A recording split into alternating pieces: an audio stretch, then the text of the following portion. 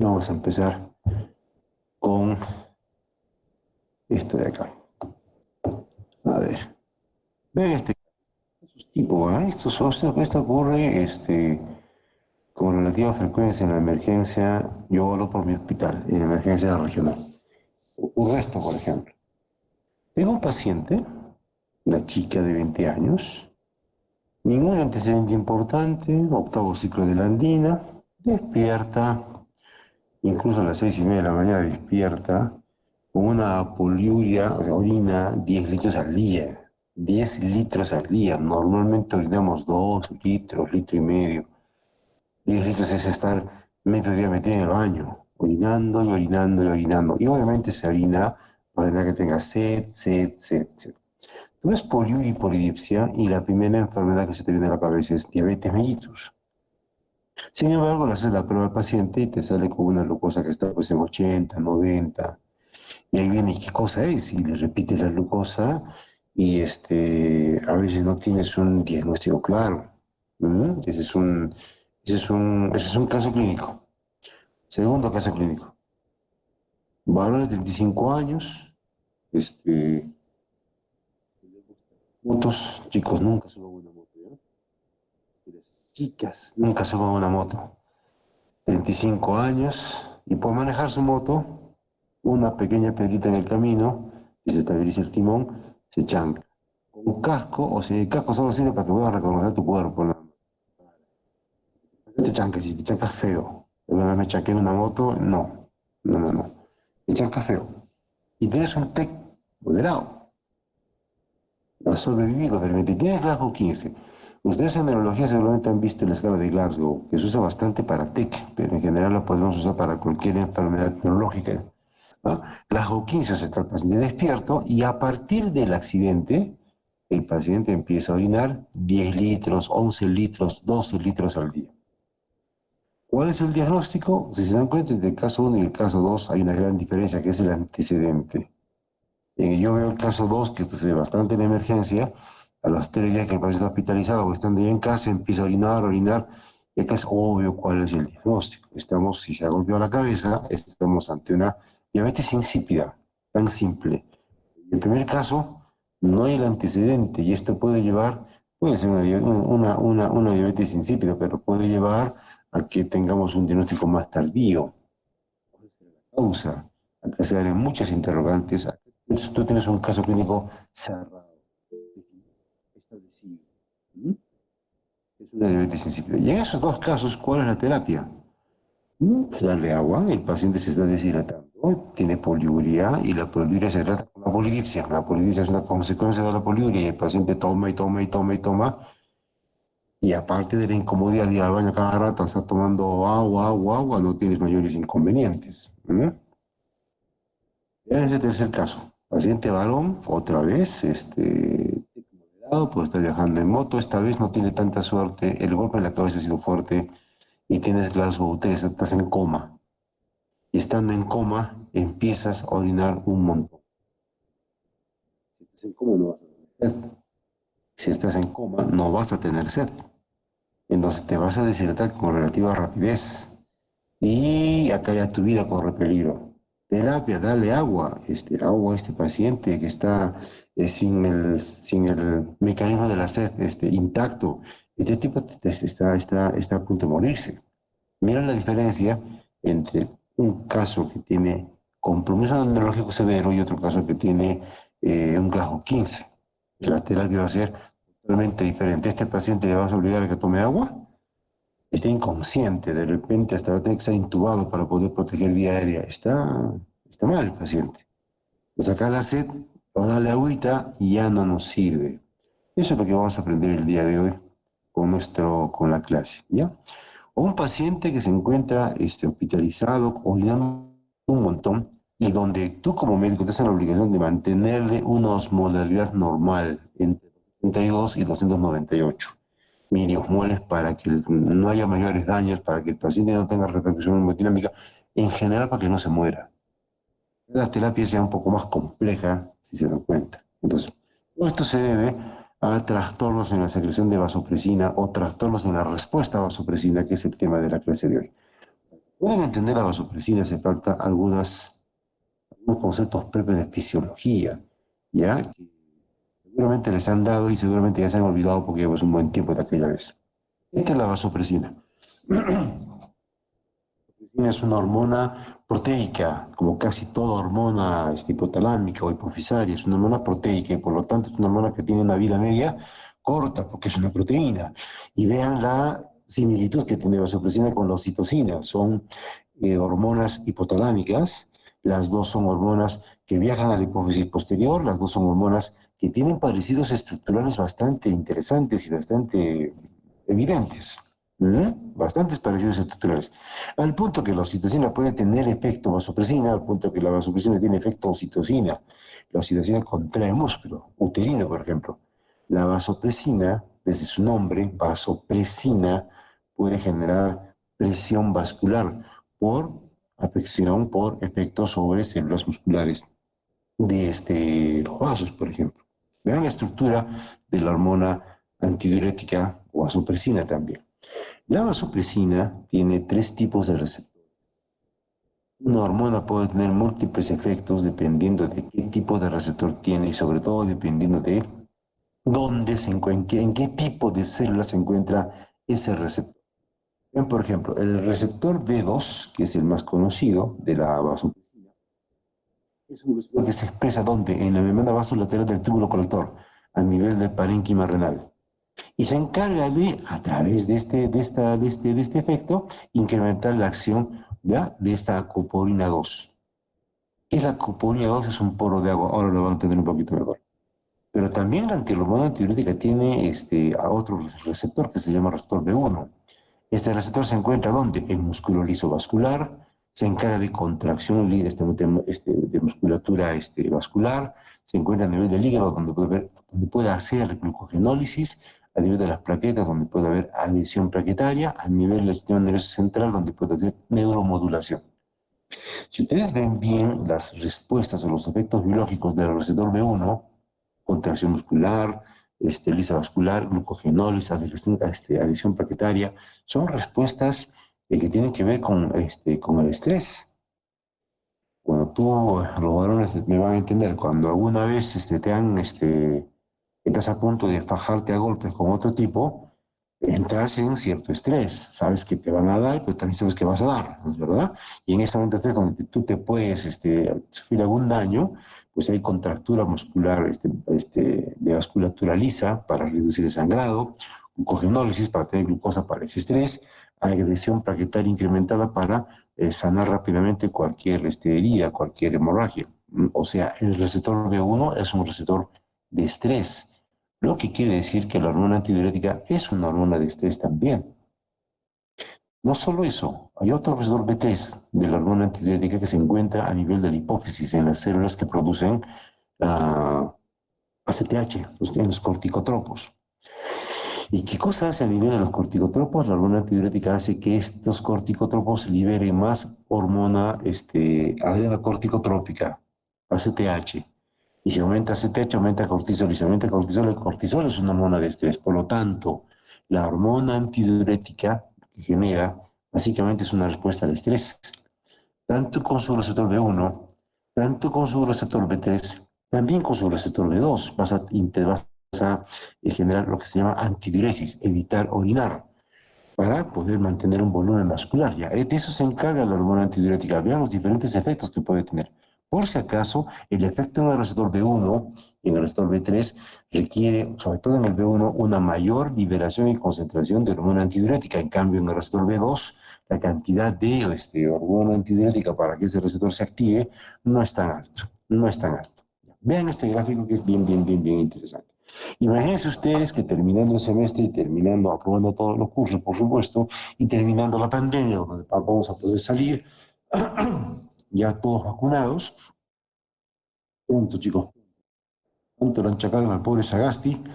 Parece que ya llegan las vacunas pronto. Y la segunda ola está empezando a caer en Cusco, está cayendo hace una semana ya. Está cayendo. Pero esta vez, a diferencia de la primera, tenemos vacunas. Ojalá acabe esta maldición. Imagina que todos ustedes salen entonces a pasear, se van, no sé, a cualquiera, se van al campo y se ponen a jugar fútbol entre ustedes, ¿no? chicas versus chicos o qué sé yo. Cuando yo era estudiante jugábamos fútbol mixto, nos divertíamos mucho.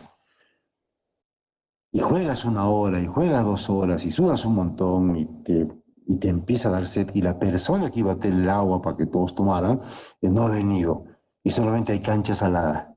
¿Qué pasa cuando tú haces mucho ejercicio?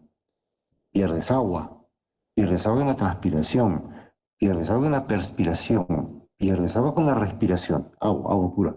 Y eso va a hacer que al perder solvente, agua, se acumula soluto, sodio, y la osmolaridad plasmática va a empezar a subir. Cuando sube la osmolaridad plasmática por encima de 284, empieza a aumentar la sensación de sed, la cual va a ser más intensa mientras más alta es tu osmolaridad. Entonces, si tú tienes mucha sed, pues vas a tener, perdón, mucho aumento de la osmolaridad plasmática, porque vas a tener cada vez más y más y más sed. Imagínese una persona con diabetes mellitus, ¿ah? Que está teniendo un aumento de su osmolaridad por la hiperglicemia. Recuerde que la glucosa interviene en la fórmula de osmolaridad plasmática. Y al aumentar la glicemia, aumenta la osmolaridad y por eso también tienes un aumento en la sensación de sed y quieres tomar y tomar y tomar agua. Yo veía un paciente que tenía la boca seca, la presión que empezaba a caer, un poco de taquicardia y el tipo no veía la hora de poder tomar un poco de agua. Para que vean lo intenso que puede ser la sensación de sed. Por lo tanto, yo tengo más sed mientras más osmolaridad plasmática tengo. Ven el gráfico amarillo, ven la curva amarilla. Hay una relación directamente proporcional entre la cantidad de osmolaridad y la sensación de sed. Pero no solamente eso, este es algo más interesante. Cuando tú tienes un aumento de tu osmolaridad, porque estás perdiendo agua, porque has transpirado, has perspirado, o sea, estás perdiendo agua a través de la piel y estás con la respiración agitada y por lo tanto estás perdiendo agua ahí y va aumentando la osmolaridad. Pues un efecto protector que tenemos para evitar seguir perdiendo agua es justamente la hormona antidiurética. Cuando aumenta la osmolaridad plasmática, entonces, aumenta la cantidad, perdón, idéntica, en una relación directamente proporcional. Por lo tanto, cuando tú haces, por ejemplo, mucho ejercicio y te da mucha sed, porque has sudado un montón y has botado agua a través de la piel y has respirado un montón y estás botando agua y estás con una gran sensación de sed, te pones a orinar. ¿Cómo sale tu orina? Sale como agua San Luis o agua San Mateo o agua de caño, sale así transparente, o sale un agua concentrada. Yo sé que ustedes han tenido experiencia de ese tipo. ¿Cómo sale el agua, la orina? Pregunta para cualquiera. No te digo. Concentrado, doctor. Concentrado. Concentrada, pues sale como té cargado. ¿Qué significa una orina concentrada? Una orina que tiene en poco volumen, en menos solvente, más cantidad de solutos. ¿Por qué sale concentrada la orina? Por el afán de retener agua, debido al efecto de la hormona antidiurética. Por lo tanto, existe una relación directamente proporcional también entre el aumento de la osmolaridad plasmática y el aumento de la concentración de hormona antidiurética. Y eso lleva a este par de conceptos que son claves. El principal estímulo para la secreción de hormona antidiurética es un aumento de la osmolaridad plasmática. Y, sin duda. ¿Mm? Y el principal inhibidor de la secreción de hormona antidiurética es una disminución de la osmolaridad plasmática. Del primer concepto nace el segundo. Pero ustedes me van a entender si yo les digo lo siguiente. Este, ponte a tomar agua, a ver, sin tener sed. Sin tener sed. Yo veo mucha gente que toma agua sin tener sed. Porque le han dicho que tomando agua baja de peso. Empiezan a tomar una botella, 2 botellas, y ya se tomaron como 5 botellas en el día sin tener sed y sigue tomando para que se le vea la sensación de hambre. ¿Cómo saldría tu orina si tú estás tomando agua y agua y agua y agua? ¿Cómo creen que sale tu orina? Más diluida, más clara, doctor. Hay una sola persona que responde. Claro, más diluida y más clara. Estás tomando tú un montón de agua, también diluida y clara, y sale orina diluida y clara. Esto se debe simplemente a que al tomar bastante agua estás reduciendo tu osmolaridad plasmática y cuando eso ocurre va a caer. Ya no va a haber antidiuresis, va a haber diuresis y vas a empezar a perder todo el agua que en exceso estás tomando. Eso siempre ocurre, eso siempre ocurre. Tomas 2, 3 tazas de té o café en la mañana y estás yendo 2, 3 veces al baño. Eso es frecuente. Eso se explica por esos dos conceptos. Y lo que ocurre es lo siguiente. Este es el hipotálamo, este es la hipófisis, el tallo pituitario, hipófisis, y toda esta zona que tiene límites imprecisos se llama el hipotálamo. En el hipotálamo hay varios núcleos cerebrales. Núcleos cerebrales son esas islas de cuerpos neuronales en la sustancia blanca. Hoy tienes, por ejemplo, al núcleo supraóptico y al núcleo paraventricular, que son grupos neuronales con axones que saliendo de esos núcleos del hipotálamo atraviesan el tallo pituitario y llegan a la hipófisis posterior. Ya, aquí se libera una hormona que se llama hormona antidiurética, pero no se libera porque le da gana a la neurona del núcleo supraóptico, se libera porque cerca a estas neuronas hay otro núcleo neuronal que se llama núcleo osmorreceptor, que se encarga de medir la cantidad de sodio principalmente y agua, también neuronas especializadas que están midiendo constantemente la osmolaridad plasmática. Y cuando esta osmolaridad plasmática sube, mandan señales porque tienen conexiones con el núcleo supraóptico y paraventricular para aumentar la liberación de hormona antidiurética. Y si la osmolaridad cae, mandan señales para que no liberen hormona antidiurética.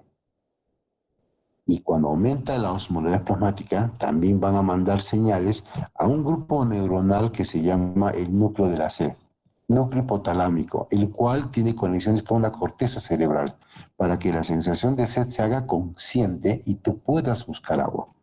Evidentemente, si estás perdiendo agua, la antidiuresis te hace que no pierdas tanta agua. Pero tienes que recuperar el agua perdida y eso solamente lo puedes lograr cuando la sensación de sed se hace consciente para que tú puedas buscar agua, para que puedas buscar agua. Lo que no le va a pasar a un paciente que tiene trastorno de conciencia, trastorno del sensorio, el cual no va a poder buscar agua porque no tiene la conciencia de la sed. Entonces, en un paciente que tiene diabetes insípida por un trauma cráneoencefálico, donde se pierde la sensación de sed por el trauma, por el compromiso de la corteza, son pacientes que se van a deshidratar y tienen peor pronóstico que aquel que sí tiene la conciencia normal. Imagínate tú que estás encerrado bajo 4 llaves en un lugar donde no hay acceso al agua. Te vas a deshidratar, te vas a morir. ¿No? Una sensación de sed que puede ser bastante extrema. ¿No? Esta es la nefrona. Esto lo han hecho seguramente ustedes en nefro. Aquí se encuentra la arteriola aferente, el glomérulo, la arteriola eferente. Aquí se encuentra la cápsula de Bowman, donde llega el ultrafiltrado glomerular. Aquí está el túbulo controlado, el asa Henle, tubo controlado distal y túbulo colector. El parénquima renal tiene, ustedes saben, una corteza y una médula renal. La médula renal tiene la característica, ustedes saben también eso, de que es hipertónica. Es hipertónica. Y la médula renal contiene al asa de Henle y también contiene al túbulo colector. Importante saber que el túbulo colector se encuentra dentro de la médula renal, que es hipertónica. Importante saber por lo siguiente, así actúa la hormona antidiurética. Llega la hormona antidiurética a la célula de túbulo colector. Es una hormona proteica, por lo tanto tiene su receptor en la membrana. Se une a su receptor, el receptor se transforma, se activa y hace que el ATP se convierta en AMP cíclico y empieza a haber fosforilación, activación de diferentes sustancias, por ejemplo, proteinquinasas, ciertas quinasas, que van a tener doble efecto. Por un lado, van a lograr que ciertos transportadores de agua llamados acuoporina 2, ese es el nombre que le han puesto, no me gusta el nombre, pero así le han puesto, este poro de agua 2 o acuoporina 2, que se encuentra dentro de la célula, va a poder expresarse, o sea, va a poder migrar hacia la membrana y ahí tenga el poro de agua listo, ¿ya? Para que pueda pasar agua a través de él. El segundo efecto que logra esta activación de diferentes vías metabólicas dentro de la célula, de estas vías moleculares, moleculares es la activación del gen de la coponina 2. O sea, no solamente van a trasladarse estos poros de agua que se encuentran dentro de la célula a la membrana, sino también se van a formar nuevos poros de agua. Y una vez que esté el poro de agua 2 puesto, vean que hay otro poro de agua que se llama coponina 4, que está entre la célula y el intersticio. El poro de agua 2 se encuentra entre la célula y la luz del túbulo. Y yo les contaba que la médula renal es hipertónica. ¿Qué significa? Que tiene menos cantidad de agua. Aquí hay menos agua y en el líquido tubular hay mucho más agua. Por lo tanto, el poro de agua, ¿qué cosa logra? Que el agua pase de una zona de mayor concentración de agua a una zona de menor concentración de agua. Es un transporte pasivo. Es un transporte pasivo. Y de esa forma puedes retener agua. Retener agua. Ven entonces que todo este mecanismo que acá les muestro, todo este mecanismo, es cada una de las piezas, es imprescindible para que pueda haber reabsorción de agua a nivel del túbulo colector. Si no hay hormona antidiurética, no va a haber acoporina 2. Si el receptor no funciona, no va a haber acoporina 2. Si los mecanismos moleculares intracelulares no funcionan, no va a haber acoporina 2. Si no hay acoporina 2, no va a haber el paso de agua del túbulo colector hacia el intersticio. Si no hay acoporina 4, tampoco. Si el intersticio renal no es hipertónico, tampoco va a haber paso de agua. Imagínate que tú tienes una pielonefritis con compromiso inflamatorio del parénquima renal, de la médula renal, y en ese proceso inflamatorio se pierde la hiperosmolaridad del intersticio. Entonces, ¿habrá gradiente de concentración de agua para que el agua se pueda absorber? No. Todos los elementos que están ustedes viendo en la lámina son, escuchen bien, imprescindibles. Uno falla y se cae toda la reabsorción de agua a nivel del túbulo renal dependiente de hormona antidiurética. Así funciona la hormona antidiurética. ¿Qué cosa hace entonces la hormona antidiurética? Hace que ese poro de agua 2 esté ahí. Eso está. ¿Hay hormona antidiurética? Hay acopolina 2. ¿No hay hormona antidiurética? No hay acopolina 2. Hay hormona antidiurética, pero la célula tubular no responde, no hay acopolina 2. No hay gradiente de concentración porque no existe médula hipertónica, aunque haya acopolina 2, no va a haber paso de agua. Para que vean cómo funciona. Un momento, muchachos. Voy a marcar mi existencia. Perdón. ¿Dónde está esto?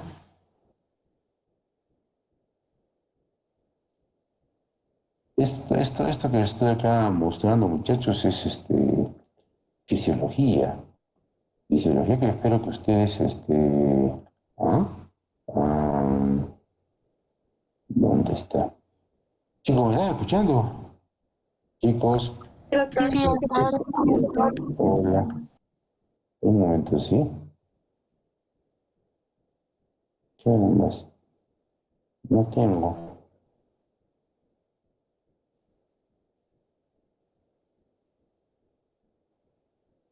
Uy, hoy día voy a... Hoy día no voy a... Ay, aquí está. Ya pensé que tenía marcar mi asistencia. Ujú. Ya está. Y cuéntenme, ¿cómo van con los otros cursos? Y doctor, recién hemos dado el segundo parcial de reuma. Los demás recién vamos a dar. Ya han dado segundo parcial de reuma.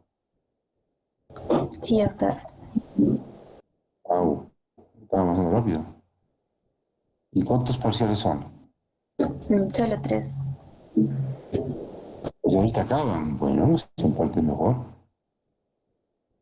En parte mejor. Y ya. ¿Y qué tal con la doctora Sequeiros? ¿Cómo les va? ¿Todo bien, chicos? Más o menos, doctor. Ya, cualquier detalle, algún problema que pase, avísenme, cosa que yo hablo con la doctora para que eso se pueda mejorar. Todo es mejorable, todo es mejorable. Si hay algo que en mi curso se pueda mejorar, claro que todo es mejorable. Solamente hace falta que ustedes tengan la buena voluntad de decir, doctor, esta parte creo que después se puede mejorar así, se puede mejorar así, y lo hacemos. El objetivo es que ustedes aprendan. Ya. A ver, sigamos. El polvo de agua 4 no depende de la concentración de hormona antidiurética. Siempre está ahí. Siempre está ahí. Es el polvo de agua 2 el que es la llave. El que es la llave. ¿Mm? Entonces, yo les contaba que la secreción de hormona antidiurética depende de la osmolaridad plasmática. Basta que exista un aumento del 1% en la osmolaridad plasmática y automáticamente aumenta la secreción de hormona antidiurética. Rapidísimo. Pero no es el único estímulo. Cuando cae la presión arterial es otro estímulo para la secreción de hormona antidiurética, por ejemplo. Si el volumen se reduce por una diarrea, no sé, por un sangrado, por ejemplo, aumenta la concentración de hormona antidiurética. O sea, la hormona antidiurética también se activa cuando cae la presión arterial. La osmolaridad no es el único estimulante. Ahora, también esto explica por qué, por ejemplo, cuando tú tienes cualquier pérdida extrarrenal de agua, la orina sale concentrada. ¿Por qué? Porque hay una mayor liberación de hormona antidiurética para evitar perder tanta agua por la orina, e empieza que se está perdiendo tanta agua por la enfermedad. Cualquier sangrado X, incluso sangrado con nuestro contacto.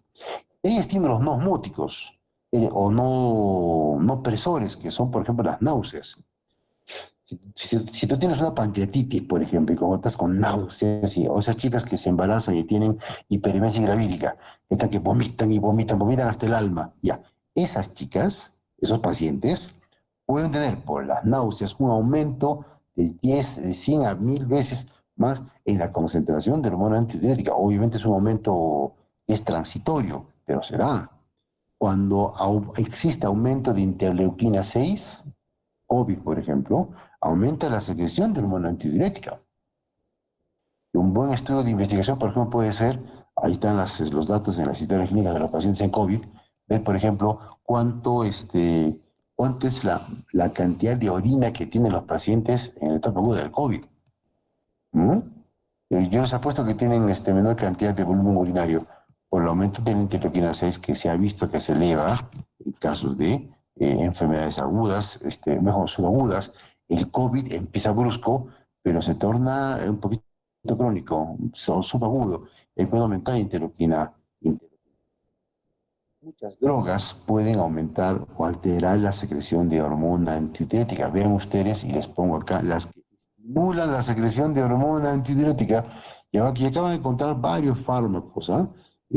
Por ejemplo, barbitúricos, carbamazepina, que usamos bastante en neuropatía diabética, fibrato, que usamos bastante en hipertrigliceridemias, ciclofosfamida, que se usa en reumatología, en oncología, metoclopramida, nicotina, opiáceos, clotramida. Y de aquí les muestro hipercapnia, lo que ocurre en pacientes con COVID.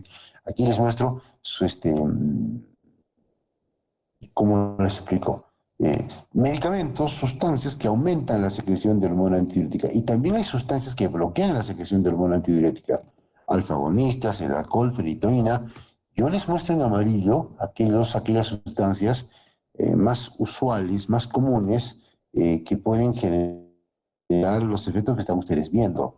A ver, muchachos, que los médicos son los que más experiencia tiene con el alcohol. Cuando tomas y tomas y tomas cerveza, cañazo, no sé, alcohol de cualquier forma, ron, pisco, qué sé yo, ¿vas al baño a orinar? Sí, ¿no es cierto? Y cuando vas al baño a orinar, ¿cómo te sale la orina? ¿Concentrada o te sale aguada? Totalmente, parece agua, no concentrada. ¿Cómo sale la orina cuando te intoxicas con alcohol?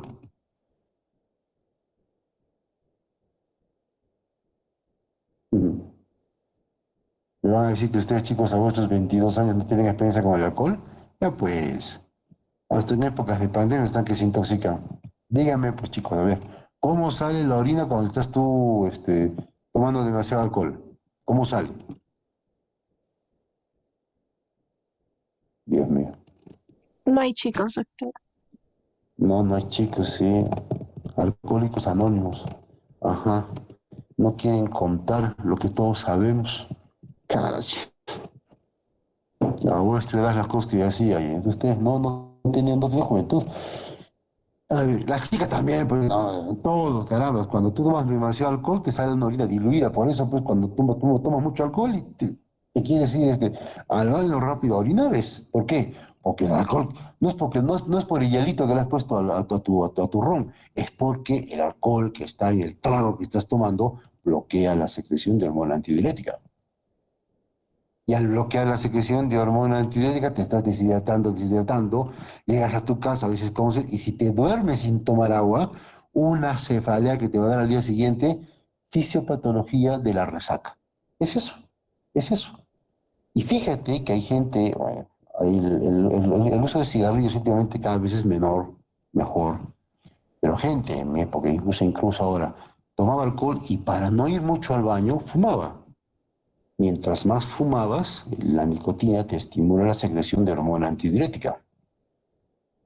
Te la estimula. Puede competir contra el alcohol que te la bloquea. Entonces, cuando tomas alcohol y fumas, vas menos al baño. ¿No? Un poco de cultura etílica se llama eso. Para que entiendan por qué el alcohol es un diurético. No es un diurético, lo que ocurre es que el alcohol te reduce la secreción de hormona antidiurética y la diuresis aparece. Ya la conocen. ¿Están despiertos, chicos, o están en resaca? Despiertos, doctor. Ya estamos, doctor. Las chicas, pero los otros, los XY, ¿están despiertos o no? No escucho ninguna voz. Sí, doctor. Sí, doctor. Ahí está, uno que otro. Los demás, Sí, doctor. ya, chicos. Entonces, con este preámbulo, vamos a hablar un poquito más sobre la diabetes insípida. ¿De dónde viene el nombre? En diabetes yo ya les contaba, ¿no es verdad? Que el nombre viene de el antiguo Egipto. Las personas habían, en una sociedad opulenta, el antiguo Egipto, sobre todo en la clase alta, se describe una enfermedad donde habían personas obesas y estas perdían peso a través de la orina, y ese a través de se llama diabetes. Y alguien probó esa orina, nunca han pasado cochinos en la historia, alguien probó esa orina y, oye, esto es dulce, parece miel, y ahí viene el nombre de diabetes mellitus, como miel. ¿Ah? Y había otros pacientes que orinaban y orinaban, no perdían peso, pero orinaban, y les probaron la orina. A ver, esto es porque normalmente la orina, les cuento, yo nunca he probado, pero me han dicho muchos pacientes que la orina es salada. Allí una paciente me decía, no tengo, se me seca la boca, y me he dicho que puede ser diabetes. He probado mi orina y salada. Es que la orina es salada, tiene solutos. Pero tú pruebas la orina en ese paciente que orina mucho, y tú pruebas la orina, oye, está medio insípido, o sea, ni siquiera es salado, tampoco es dulce, está insípido, ya, de ahí viene el nombre, diabetes insípida. O sea, le ha puesto nombre a la enfermedad a alguien que se ha puesto a probar pichi, ese le ha puesto el nombre, diabetes insípida. ¿Qué significa diabetes insípida? Orinas diluidas, por eso es insípida. Un gran volumen urinario, por lo menos 30 mililitros por kilo en 24 horas. Pero no es solamente un gran volumen de orina, sino es una orina que está poco concentrada, por eso es insípida. Con una baja osmolaridad urinaria, o sea, menos de 300 milimoles por kilo, y con una densidad urinaria que se cuenta bastante baja, por si acaso, acá es 0.001. Por si acaso, la osmolaridad urinaria implica dosar sodio y dosar glucosa en la orina. En cambio, la densidad urinaria es un poco complicado hacer esto. En cambio, la densidad urinaria es un procedimiento sencillo. Ustedes en el laboratorio clínico lo habrán hecho. Se pone una bollita sobre la orina, y si la bolla se hunde mucho o se hunde poco, te da la densidad urinaria. En un paciente que tiene diabetes mellitus, por ejemplo, que tiene una gran poliuria por gran glucosuria, la glucosa aumenta la osmolaridad plasmática y te puede aumentar la densidad urinaria. Entonces, en un paciente que tiene diabetes insípida, hay gran volumen urinario con poca densidad urinaria. En cambio, un paciente que tiene diabetes mellitus, tienes una gran cantidad de orina, siempre y cuando su glucosa sea muy alta, con una densidad urinaria que no es baja, hasta que puede ser alta. ¿Dónde, si estás perdiendo agua en una diabetes insípida, de dónde sale esa agua? De la sangre. Por lo tanto, si sale agua de la sangre, la osmolaridad plasmática tiende a subir. Tiende a subir. Y si sube la osmolaridad plasmática y tú estás despierto, consciente, el mecanismo de la sed se activa, tomas agua y la osmolaridad cae. La polidipsia tiene entonces como fin recuperar el agua y mantener tu osmolaridad plasmática normal. Si tu osmolaridad plasmática pasa de 320, el sensorio se altera. 320, 310 es una cifra que no es absoluta, pero ocurre un aumento muy marcado de tu osmolaridad plasmática y te vas a desmayar. Te vas a desmayar. ¿Mm? La diabetes insípida más común es la central, es decir, alguna enfermedad cerebral que reduce la secreción de hormona antidiurética. Tiene que reducirse el 75% de la capacidad de secreción para que pueda existir los signos y síntomas de la enfermedad. O sea, que es algo que no es necesariamente inmediato, no es inmediato. En la diabetes insípida central, recuerde que la central significa que hay poca hormona antidiurética, puede, o no existe, es de dos formas. O no tienes hormona antidiurética, o sea, diabetes insípida central completa, o tienes poca hormona antidiurética, o sea, parcial. En cualquiera de los dos casos, lo que tú tienes es poliuria, se te va la orina, una orina diluida, una orina que parece agua, con polidipsia. Mira que puedes orinar hasta 20 litros al día. Yo tenía un paciente que el tipo orinaba, era desesperante, orinaba y orinaba y orinaba. Después de un TEC, orinaba y iba al consultorio desesperado, doctor, por favor, haga algo, porque iba al baño, orinaba, regresaba y después de la consulta ya estaba volviendo a ir al baño. Oye, que el tipo tenía que orinar en la calle, que no podía ir a la casa, no podía tomar un taxi, tenía que orinar en el taxi o en el bus. Tengo que ir a pie porque orinaré, pues, porque no podía el tipo con tanta diuresis. ¿Mm? Habitualmente existe un antecedente de lesión neurológica, esta es la causa más común. Una lesión neurológica por cirugía, por trauma, que lleva a que ese hipotálamo no te bote la cantidad de hormona antidiurética que tú necesitas, no te la bota. Y ocurre esto. Cuando tú tienes una lesión quirúrgica o una lesión traumática, a veces ocurren estas tres fases en la respuesta de la hormona antidiurética. Y quiero que entiendan esto. Cuando tú te golpeas tu manito, por ejemplo, te has golpeado no sé, te has golpeado la mano con diferentes cosas. ¿La mano cómo responde? ¿Cómo reacciona? ¿Se hincha o no se hincha? Se hincha, doctor. Sí, doctor.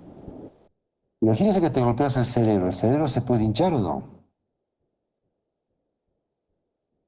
¿El cerebro se hincha o no? O Podría te parecer golpeas... edema. Claro, se hincha porque aparece edema, claro, se hincha. Y va a aumentar el volumen cerebral dentro de una cavidad craneal que es inexpandible. ¿Qué ocurre? Aumenta la presión intracerebral. Para que no aumente mucho la presión intracerebral, ocurre en las primeras 24 horas después del trauma, va a ocurrir lo que se llama diabetes insípida transitoria, en las primeras 24 horas, donde se va a bloquear la secreción de hormona antidiurética y el paciente va a empezar a orinar un montón. ¿Para qué? Para que el edema cerebral se reduzca.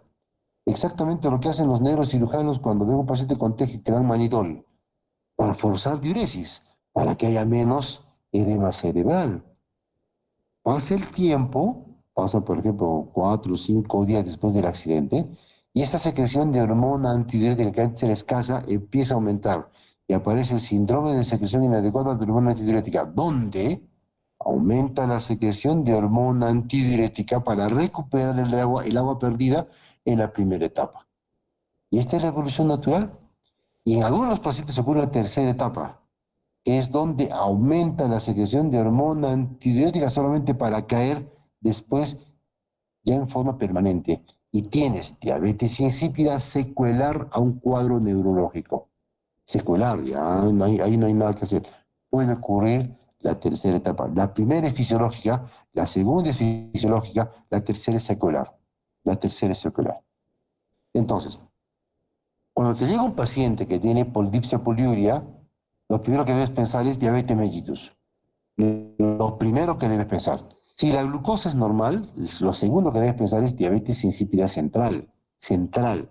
De las diabetes insípidas, la central es la más común, que va con polidipsia, va con poliuria, va con una osmolaridad plasmática que tiende a ser normal, porque estás tomando el agua que estás perdiendo, lo estás tomando. Por la polidipsia, tu osmolaridad plasmática va a salir normal, o de repente un poquito alta, pero no muy alta si tienes acceso al agua. Si tienes acceso al agua, no te va a salir muy alta. Donde la osmolaridad urinaria va a estar baja, menos de 300 milimoles por kilo, con una densidad urinaria baja, y donde habitualmente ocurre, si puedes medirla, hormona antidiurética baja. ¿Recuerdas lo que yo les contaba? El principal estímulo para la secreción de hormona antidiurética se llama aumento de la osmolaridad plasmática. Si está aumentando la osmolaridad plasmática, yo espero que exista un aumento de la hormona antidiurética, y en estas condiciones encuentro una hormona antidiurética baja. ¿Qué significa? Que no está habiendo la respuesta que espero correcta en la secreción de hormona antidiurética, con una osmolaridad urinaria que puede aumentar, recuerde que está baja, puede aumentar cuando al paciente le doy esa hormona antidiurética o desmopresina que al paciente le está faltando. Desmopresina es el derivado sintético de hormona antidiurética, hormona vasopresina, por si acaso. Esa es la diabetes insípida central, y estas son las causas. Estas son las causas. La diabetes insípida central puede ser primaria o secundaria. Vean la primaria. Puede ser genética, asociada a ciertos síndromes raros, a sus síndromes autosómicos dominantes o recesivos ligados X, o el síndrome de Wolfram, raro cuadro, donde existe una mezcla de diabetes insípida, diabetes mellitus, atrofia óptica, sordera. Esta combinación de esos signos que aparecen poco a poco en la evolución, no aparecen de inmediato, te puede decir que estás frente a un síndrome de Wolfram. Recuerden, o asociados a ciertos síndromes genéticos, por ejemplo, la displasia septóptica rara, el síndrome de Lawrence-Montbidel, que va con diabetes mellitus, y también puede ir con diabetes insípida, el Lawrence-Montbidel. Hay causas idiopáticas, es decir, no se conoce el por qué, no se sabe. Aquí están esos pacientes que de un momento a otro tienen polidipsia poliuria con cosas normales. O puede ser secundaria. Vean las causas secundarias. Y acá yo les voy a dar un concepto. Toda enfermedad cerebral puede llevar a diabetes insípida. Toda. Por ejemplo, traumas, un TEC o postcirugía. Un tumor cercano a la hipófisis, cercano al hipotálamo, un craniofaringioma, epineloma, germinoma, y en general cualquier tumor cerebral puede generar, pero sobre todo los tumores cercanos al hipotálamo, por supuesto. Causas inflamatorias, meningitis, granulomatosis, etcétera. Enfermedades inflamatorias del sistema nervioso central pueden llevar a que tengamos menor secreción de hormona antidiurética. Ciertos síndromes autoinmunes, donde por ejemplo existen anticuerpos contra la hormona antidiurética o contra las neuronas que producen hormona antidiurética, pues una encefalitis autoinmune. Oye, de repente se acompaña de diabetes insípida, causas vasculares, infartos, aneurismas, un síndrome de Sheehan, de hepatocitosis. Obviamente lo que están ustedes leyendo son las causas más comunes de, sobre todo esta, la primera, de diabetes insípida central secundaria o adquirida. Pero recuerden esto, cualquier enfermedad cerebral puede llevar a diabetes insípida. Algunas con más frecuencia que otras, por supuesto, pero todas pueden. Mención especial a la diabetes insípida gestacional. Así como hay diabetes mellitus gestacional, hay diabetes insípida gestacional. La diabetes insípida gestacional se refiere a la producción placentaria de una enzima que se llama vasopresinasa, que es una enzima que reduce bastante la vida media de la hormona antidiurética, por lo tanto, te reduce los niveles, pues. Te aumenta la degradación, te reduce los niveles, y aparece una diabetes insípida que básicamente se manifiesta durante el embarazo. Quitas la placenta, no hay vasopresinasa y la hormona antidiurética regresa a sus niveles normales y la diabetes insípida desaparece. Desaparece. Vean esta foto. Vean a este pobre hombre con tremendo tumor cerebral que está comprimiendo el hipotálamo y está comprimiendo aquellas células que producen hormona antidiurética. Este paciente no solamente te va a hacer hipopituitarismo, sino también te va a hacer diabetes insípida por obvias razones. Y si ustedes se dan cuenta un poquito más de la lámina, van a ver que tremendo tumor debería generar edema cerebral, debería generar hipertensión. Sin embargo, vean las circunvoluciones cerebrales, están casi intactas. ¿Qué significa? Que ese tumor que ven ahí grande ha tenido un crecimiento extremadamente lento y eso ha hecho que no exista hipertensión endocranial ante un crecimiento que es bastante lento. Cuando es rápido, el edema ocurre inmediatamente. ¿Mm? En contrapeso a la diabetes insípida central tenemos a la diabetes insípida nefrogénica, donde existe hormona antidiurética pero el riñón no responde a esa hormona antidiurética, no hay respuesta, no hay respuesta. Hay una resistencia renal al efecto de la hormona antidiurética. Y yo les contaba, toda hormona resistida responde aumentando su concentración. ¿Qué ocurre entonces cuando hay resistencia a la hormona antidiurética, resistencia a nivel renal? Pues aumenta la concentración de hormona antidiurética. Más que normal, aumenta, pero va a aumentar sin que exista respuesta o habiendo una respuesta bastante leve. Cuando no hay respuesta a ese gran aumento de hormona antidiurética, se le llama diabetes insípida nefrogénica completa. No hay respuesta a la hormona. O puede ser parcial cuando hay respuesta a la hormona antidiurética, pero a dosis extremadamente altas, a dosis farmacológicas. Una cosa es dosis fisiológica, otra cosa es dosis farmacológica, chicos, por si acaso. Cuando tú vas a usar, por ejemplo, hidrocortisona o prednisona, ¿cuál es una dosis fisiológica? 5 miligramos. ¿Cuánto es una dosis farmacológica? 60 miligramos. La dosis farmacológica es mucho mayor. A dosis altas de hormona antidiurética, recién va a haber respuesta. Es una diabetes nefrogénica parcial. Acá las causas primarias son más frecuentes que las causas primarias en diabetes insípida central. Acá son un poco más frecuentes. Son causas genéticas habitualmente ligadas a cromosoma X, o sea, especialmente presentes en varones, no en mujeres. En el mismo gráfico, imagínense una reducción de la osmolaridad medular, reducción de la hipertonicidad. Por más que exista la hormona antidiurética, va a haber acopolina 2, al final lo que mido es el efecto biológico. ¿Va a haber reabsorción de agua si no tengo un parénquima renal hipertónico? No. Si no hay ese ingreso de agua, no hay efecto de la hormona antidiurética, por más que haya acopolina 2. Puede haber acopolina 2 la que tú quieras, pero si no hay reabsorción de agua, no se logra el efecto biológico requerido. Entonces hablamos de diabetes insípida nefrogénica. Vean las causas. Causas genéticas, ya les contaba, recesivos ligados X, donde hay defectos en el receptor B2, o autosómicas recesivas dominantes, donde hay defectos en el gen de la acopolina 2. Bueno, todo el mecanismo celular, pero falta la acopolina. Diabetes insípida nefrogénica de causa genética. Hay causas idiopáticas y hay causas secundarias. En enfermedad renal crónica, por ejemplo, o cuando hay, por ejemplo, riñones poliquísticos o uropatía obstructiva, se interpreta que existe un riñón que no va a responder a la hormona antidiurética justamente por los daños que el mismo riñón va a tener. O enfermedades metabólicas, hipercalcemia, hipocalemia. La hipercalcemia, busquen en un paciente que tiene polidipsia, poliuria, búsquenla, no solo diabetes mellitus o diabetes insípida. Drogas como por ejemplo el litio o la colchicina pueden generar menor respuesta del riñón a la hormona antidiurética. La hiperglicemia, la diabetes mellitus, te genera una diabetes entre comillas insípida, digo entre comillas porque la orina no es insípida, por aumento de la glucosa que tiene efecto osmótico. Entonces, si tengo mucha glucosa en el túbulo colector, ¿habrá una gradiente de concentración importante de agua? No, y por lo tanto vas a perder agua. Igual ocurre con el manitol.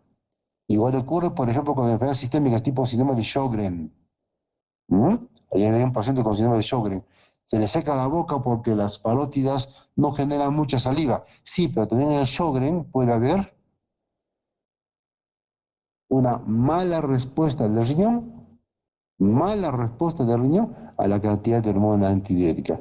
Y a veces el embarazo, aunque esto no ocurre del todo, lo que sí más ocurre es el efecto de la vasopresinasa sobre hormona antidiurética.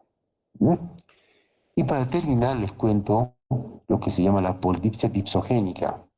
Es una enfermedad, no es enfermedad, ¿cómo les explico? A ver, donde hay personas que por problemas afectivos psicológicos, no están locos, sino problemas afectivos, ¿quién no ha pasado por un problema afectivo psicológico? Ahorita hay mucha gente que está pasando por un cuadro afectivo psicológico. Chicos, estamos en una campaña electoral que está polarizada, hay mucha gente asustada, hay mucha gente que está saliendo de sus casillas, con lo que estamos viviendo. Esto yo ya lo viví más una vez en otras elecciones, pero esta vez con un poquito más de intensidad, ¿ah? Está metiendo por ambos lados.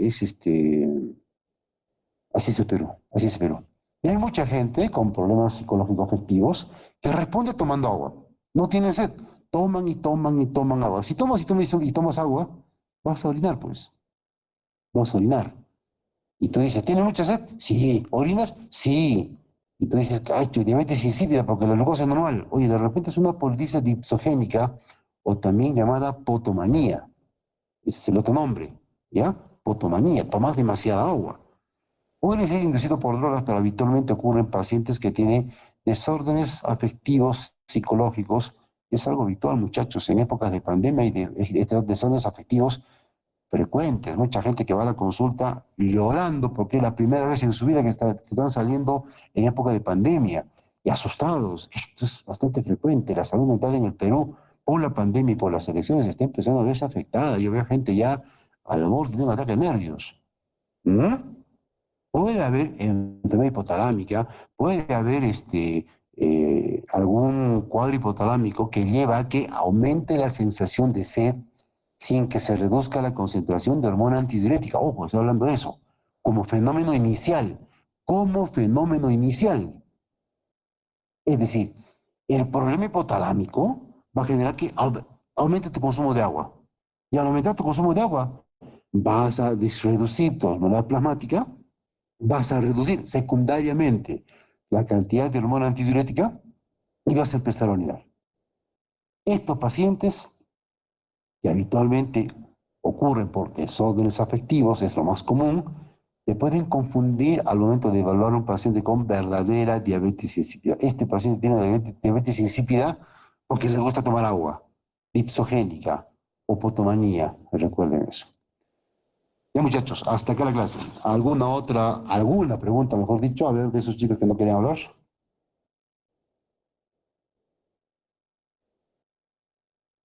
Ya lo sabía, ya lo sabía. Ya chicos, ¿qué más Doctor, pensó en el examen de esta noche? No los culpo. Dime. doctor. Ya. Doctor, por favor, de parte del salón, quería pedirle, por favor, si podría comer algo y si puede retroceder el examen. Por No, no favor, se puede. No, no se puede. doctor. El examen ya está colgado, no se puede traspasar. Yo siempre les dije, quedamos en una fecha y esa fecha, cuando quedamos, no se cambia. No, Lo la siento fecha no, mucho. No, sino que se puede retroceder con